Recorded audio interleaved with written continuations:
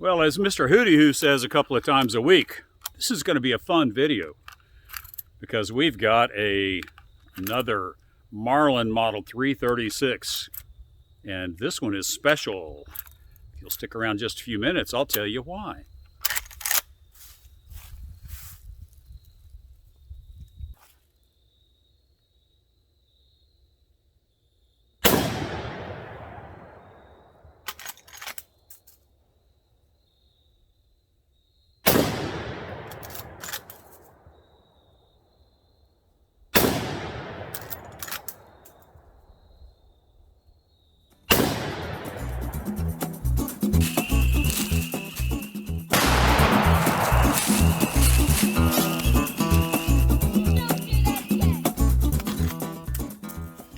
Hi, George here, and welcome to Tales from Target Suite, where I'll share my perspective on guns and shooting, and we'll spend some time at the range, and every now and then we'll reconvene out in my shop back in Houston, or here at the farm in Louisiana, where I'll build some fun projects, and we'll share an adventure or two that'll make even a grown man smile.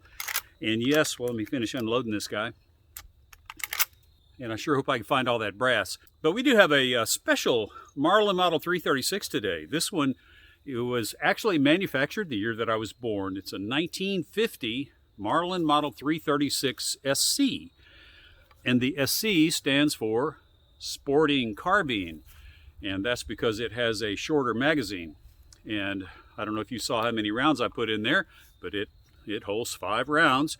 And Rusty's rifle that you saw not too many weeks ago on this channel, another 336, that one was from 1972 if I recall correctly.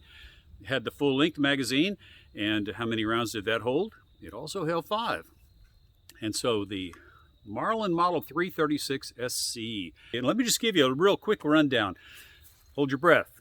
The 1893 was introduced in 1893, which became the Model 36 in 1936, which became the Model 336 in 1948. But anyway, the Model 336 SC, a 1950 version, and that's the year that I was born.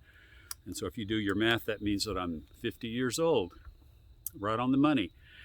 And so what was unique about this guy and what made it special, one, was the year that it was born, and second was the waffle top. And and that's what everybody loves about the 1948, 49, 50, 51, and 2 versions of the newly introduced Marlin Model 336. And another thing that makes this special by today's standards, and you probably can't see this, is that it does not have micro groove rifling. The initial 8 years, I believe, of the Marlin 336 came out with what people called Ballard style rifling, which just means it has standard width lands and grooves. And if I can find a slug from my old 1894, I'll show you some micro groove rifling. But it's really thin. I mean, it's really small grooves and lands, lots of them, and they're very shallow compared to this guy. And I'll show you this. In fact, you can see the slug from this rifle right here, and you can tell that it has full-size grooves, lands, and grooves. So, man, I'm glad to get this guy. It's new to me for about the last week or so. I've had to put a new sight on there, front sight. It had a really weird front sight. It has a different non-standard rear sight. This isn't the original rear sight that came on this rifle. And the front sight was just unusable. And I happen to have this one. This one came off of an 1894. And so it is a Marlin front sight, unlike the King version that was already on here. But anyway, I talk too much. Great rifle, 35 Remington, and I have grown to love the 35 Remington. And it's a really nice cartridge. And I'm not going to go into a lot of that because we have covered that, and we're going to cover it some more, but not in this video. But I'll tell you what let's do. Let's take a walk through the woods. I've got some other targets set up. And we just busted some cans right here, and I've got a few other things down the road, and we'll see if we can't pop some more reactive targets.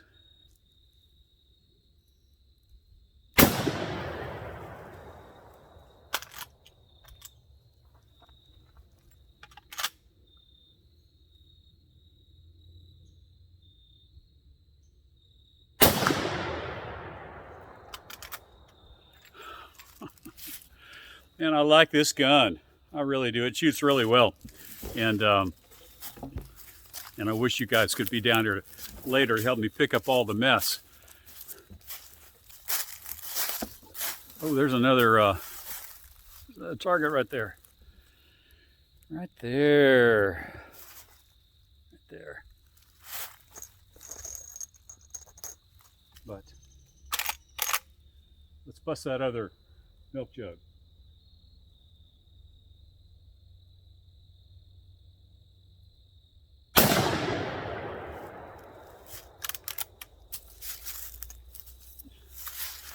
And when I bought this rifle, it came with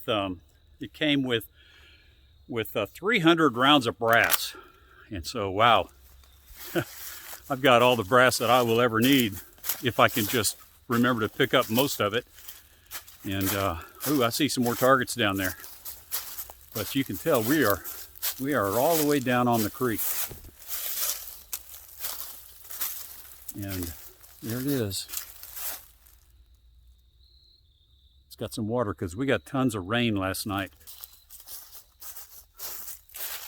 I had to set up my other targets because they fell over. But I've got some water jugs down here, and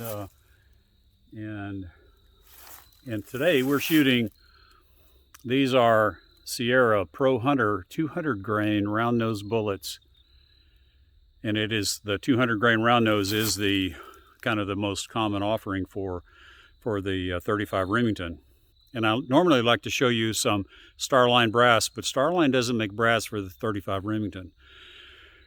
And so we've got this Winchester Western brass, and it came with the 35 Remington. So let me load up and see if I can hit those longer targets down there.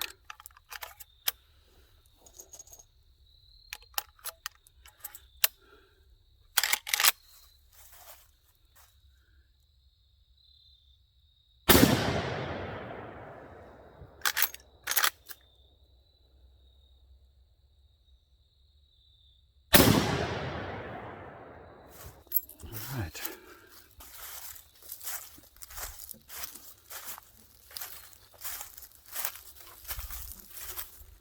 We're taking on a detour right here because this beech tree is kind of significant to our family.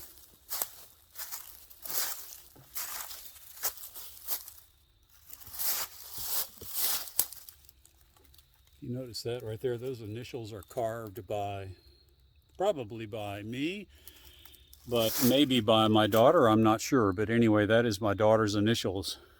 Mallory Eden. And they were carved in 2001. She would have been 15 years old when we carved those initials. And if we go right around here, now these are not nearly as awesome, as obvious.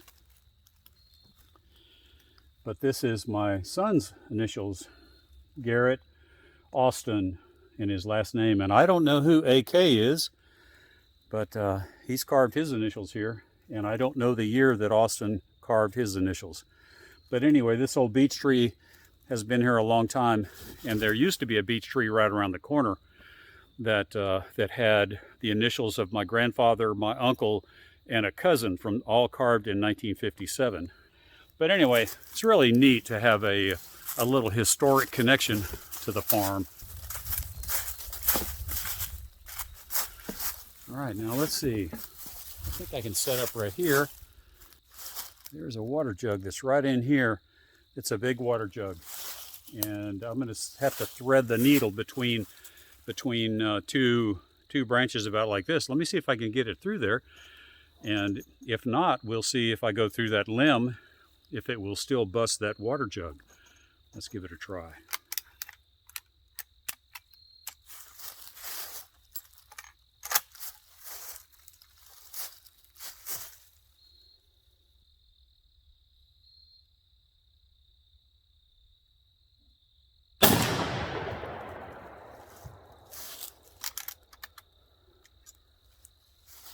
I don't know what happened.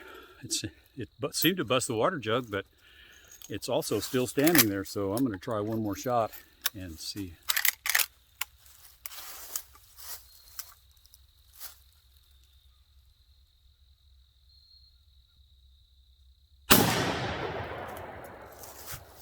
Yeah, that one must have drained.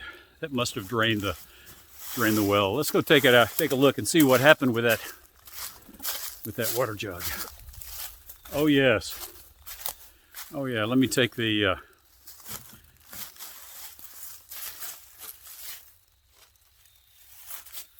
Let me take the camera off here. And it looks like both shots I just took went right through there.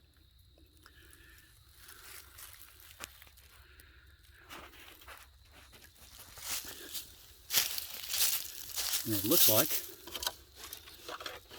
one shot went through right there, and one shot went through right there. So definitely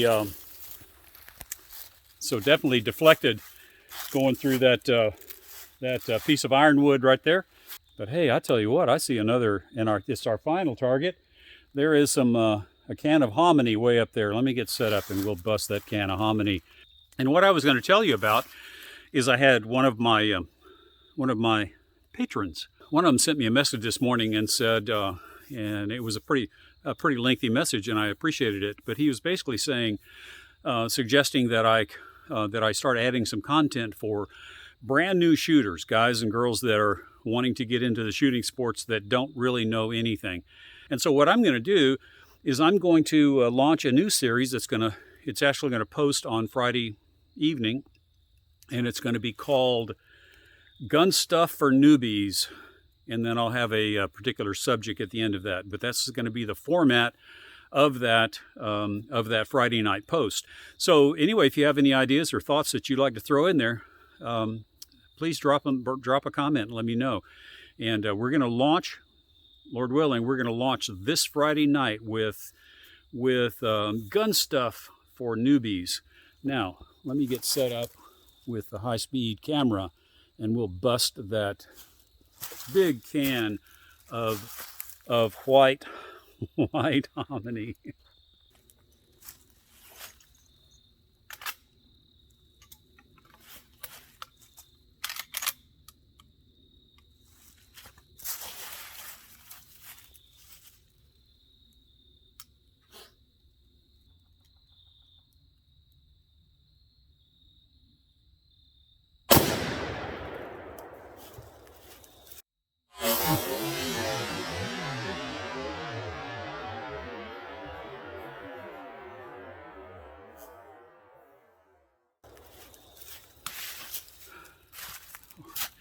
Okay, well, let's take a look at that slow motion footage.